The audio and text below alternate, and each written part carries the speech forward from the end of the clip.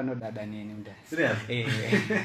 Aiwa kana nikuinga dada nawo zilipo. Like criticism yote unokonza wazodiko.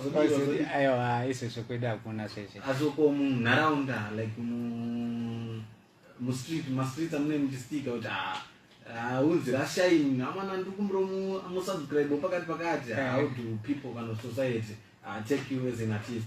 Aurgona semunhu auzofarirwe nemunhu wese pane vane valida kutokudhonza kudonedza saka isusu tinongoramba tichita zvatiri kuita hatizonyanyotarisa zvemunhu kuti azoita sei but auzoshayiwa ntu vasina basa newo hauzoshaike mugene of music because pane vamwe vanhu sho vanenge vatoriko mumastreets manenge vaitoti mukomana how do you attack that criticism man? Aiwa isi totongosiya totoenda ndova tozoimbira masongo ayaya ndovamuna mazongoti vamene mangocross Mr. DJ makutoti producer please zama kumbodaidai shungu